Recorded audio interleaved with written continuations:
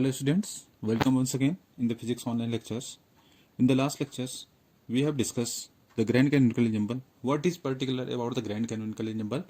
In which we have discussed that these properties, these parameters t, v, mu are the fixed in the grand canonical ensemble. Now in this lecture, we shall discuss the partition function of the grand canonical ensemble. So we are approaching with the same method by which we have calculated the partition function in the canonical ensemble.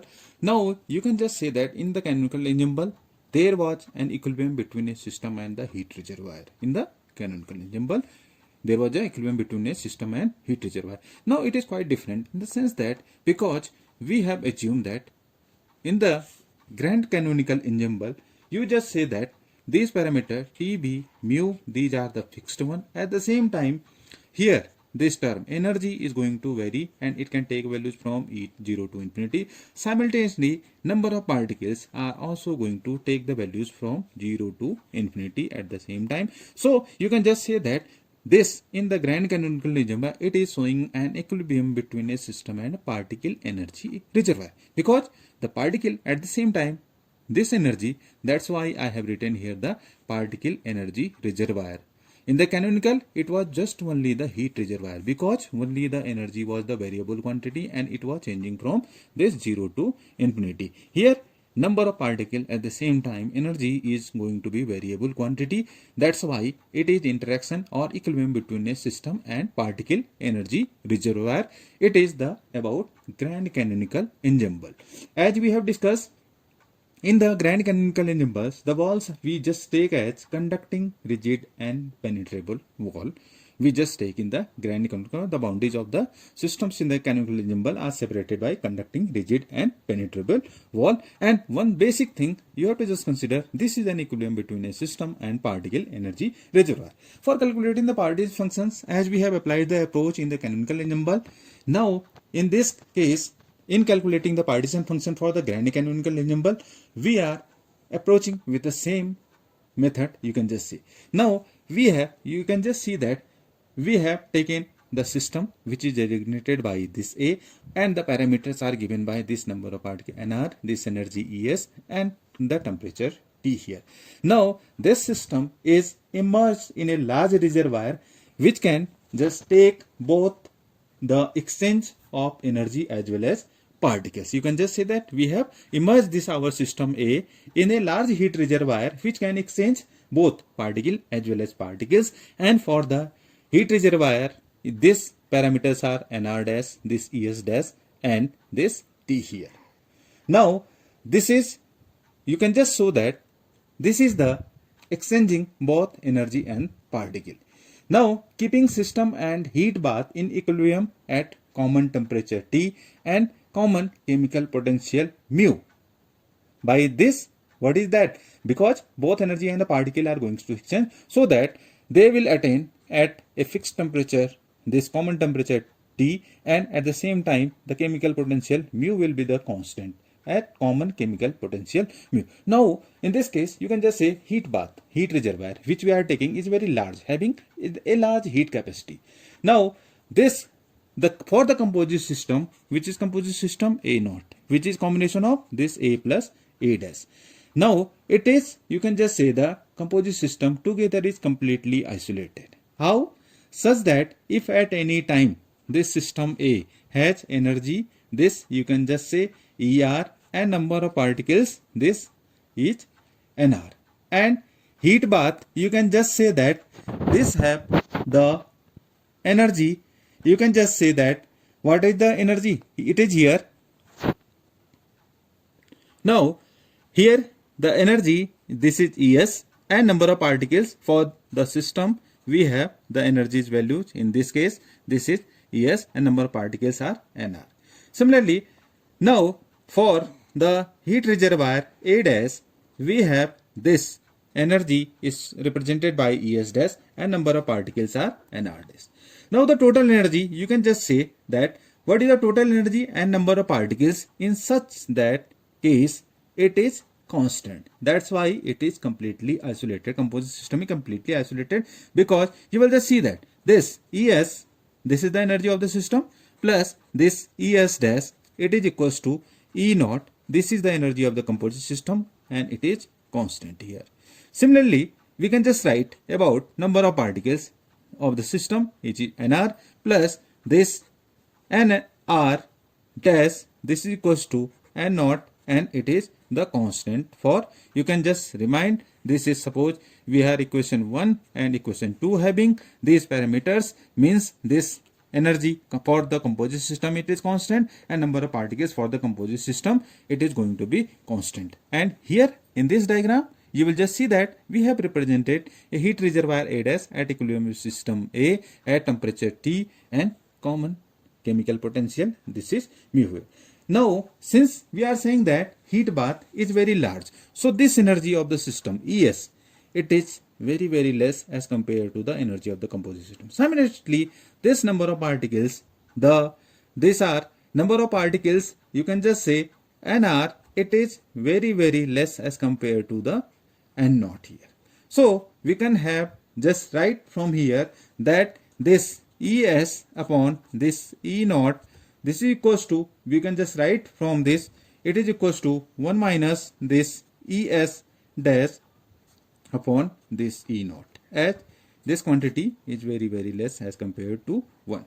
Suppose this is equation 3 here, and this is nr upon n naught, this is equals to 1 minus this nr dash upon this n naught, and it is also very less as compared to 1. Suppose this is equation 4 here, because here this is the condition, because heat bath या heat reservoir you can just say is very large. That's why these values are the, for the composite system ES is very less than E naught and NR is very less than this n.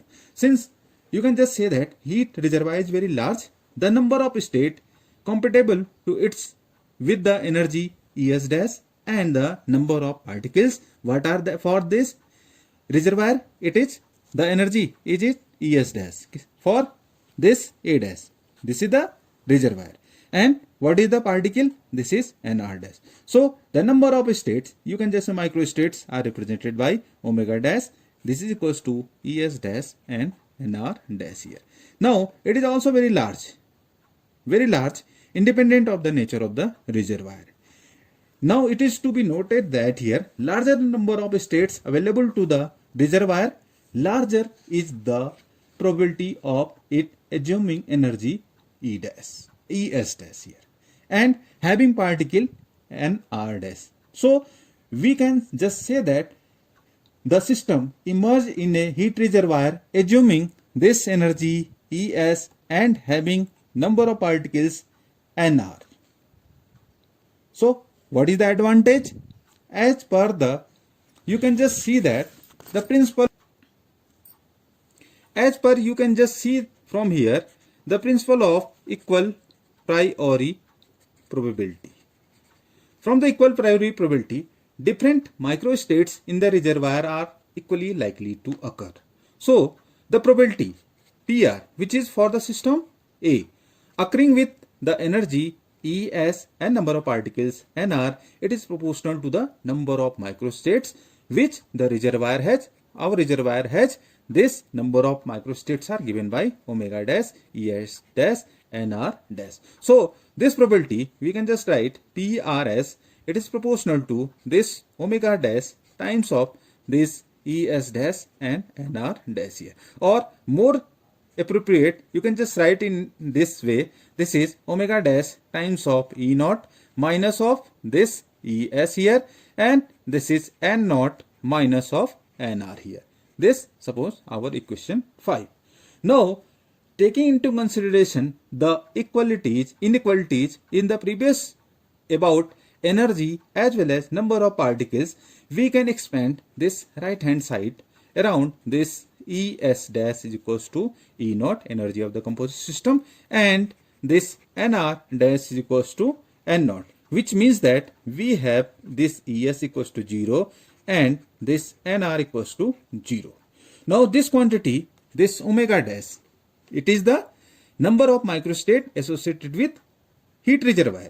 It is very large, and as in the canonical chamber we have discussed that this omega dash is changing very rapidly. That's why it is more convenient to take logarithm of this equation and it is a slowly varying function. That's why we will just take logarithm, because omega dash is very rapidly changing function, and by taking this logarithmic function of this omega dash, it will become, it will behave as a slowly varying function. So we will have ln of this omega dash, this is es dash, this is nr dash. We can have ln of this omega dash times of this e naught, and this is n naught, plus we can have del ln of this omega dash upon del e dash, and this is here er dash equals to e naught, and we can have this es dash minus of e naught here, plus this is the expansion, it is here del ln of this omega dash upon this del n dash, and we can have this is here es dash is equals to e naught, and we can have here this nr dash minus of n naught here. So this is the expansion we have taken around es dash equals to e naught, nr dash equals to n naught, and es equals to 0 and nr equals to 0. So, or in the more significant, in more convenient way, we can just write ln of omega dash, this is here es dash and nr dash, this is equals to, in more appropriate form, it is equals to ln of this omega dash times of this e naught, and it is here n naught, plus this is, I can just write del ln of this omega dash upon del e dash, and we have this es dash equals to e naught, and this is minus of es, plus this is del ln of this omega dash upon del n dash, this is nr dash equals to n naught, and this term is minus nr, and so on here. Now if you just recall this function, this is here del ln of omega dash upon this del e dash. If you just recall this function, what is it? It is the beta parameter. Now I am writing here beta dash, and what is the value in terms of this is 1 upon kt dash here. Now at equilibrium, what will happen? At equilibrium, we can just write it as this equals to beta dash equals to 1 upon kt dash, and similarly I can just write here 1 upon kt, which is beta. So this beta dash must be equals to beta at this equilibrium. At equilibrium, both this 1 upon kt dash, this is equals to 1 upon kt is equals to beta. Where it is coming? It is coming from this factor. This is del ln of omega dash upon del e dash. This is the value of this beta parameter, and beta parameter, you know that 1 upon kt dash, and at equilibrium, the temperatures are equal, so we can just write beta dash equals to beta at equilibrium. Similarly, there is one more term here. Now you can just remind here, it is a new function to you, del ln omega dash upon del n dash, this is equals to a parameter which is I just here alpha dash, and this alpha dash have the value, you can just say it is minus of this mu dash upon this kt dash here. Now at equilibrium, you can write simultaneously alpha dash, this is equals to this alpha dash is equals to alpha, with alpha having the value, this is equals to minus mu upon kt. So at equilibrium, you can just say that both alpha dash and alpha have the same value. Like at equilibrium, this beta dash, this was equals to beta. So this our equation, suppose 6, can be rearranged by taking these considerations. Meaning to say that beta dash equals to beta, and this alpha dash, this equals to alpha. If we just substitute the values in this particular equation, now this equation can be reduced to a function just as I am going to show here. Now you can just see that this is ln of omega dash, this is es dash, and nr dash. This is, we can just have this constant term which is ln of omega dash e naught n naught, and this is here minus beta times of this es, because you can just see this in this equation. If you just remind this, we have placed the del ln omega dash upon del e dash, this is, it is coming out to be beta. Similarly, there is one term which is minus alpha times of this nr here. Or more significantly, you can just have the value, this is omega dash, this is Es dash and nr dash. By using the properties of this logarithm, we can just say here this can be reduced. If we just we can just have the value, this can be written as omega dash nr dash and es dash. This is the constant times of this exponential term here, exponential to the raised to the power. This is here beta es, and this is minus alpha nr here. This is here.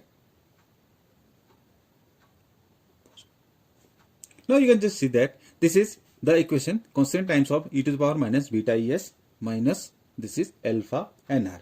Now if you just remind that what is it? It is the PR term here. Now this can be written as this is PR, this is equals to this constant c times of e to the power minus this, I can just write alpha nr minus of this beta es here. So we have this PRS, this was coming out to be, this is coming out to be, this is c times of e to the power minus alpha nr minus beta es. Now in this equation you will just see this is the constant which is coming in our equation. Now this can be reduced with a term which is here e to the power minus alpha nr minus beta here. Now this term, you know that it is called the Gibbs function, Gibbs factor. More appropriate, it is called the Gibbs factor in the grand canonical ensemble. Yeah, either you can just say that it is Gibbs distribution, or you can just say that it is the grand canonical distribution. It is also called the grand canonical distribution, this factor which is e to the power minus alpha nr minus this beta. Now what you will have to do, this can be removed. We can just remove this constant by taking the normalization condition. As you are aware of the fact that sum of all the probabilities, if just take all the sum over r and s, this PRS is equals to 1. We will just apply this by taking the normalization condition, and we can have this value of c. If we do this sum r s e to the power minus alpha nr, this minus in the sense this is beta es, this is equals to, we can just have this is the 1 here, it is c times of. Now you can just have from here, this can be c, it can be written as 1 upon this summation rs e to the power minus alpha nr minus beta es here. So we have found by normalizing this equation, as the sum of the probabilities cannot exceed by this unity, all the sum of the probabilities must be equals to 1. So applying the normalization condition, we have the value of this constant which was appearing in the above equation, in this equation when we have written here the probability.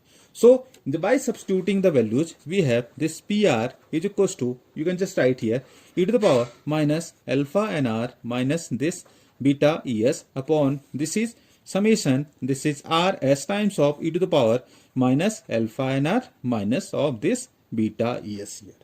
Now if you just see this factor, it is of much more importance in the fact that this is called the grand canonical partition function. This is called the, or as a Gibbs sum, it is called the grand canonical partition function, and you can just represent it by this factor 2 like. And what are the parameters? T, V, mu are fixed. So it is can be written as summation rs e to the power minus alpha nr minus of this beta es here. And this is the, it is called the grand canonical partition function. It is called the grand canonical partition function here. It is called the grand canonical partition function.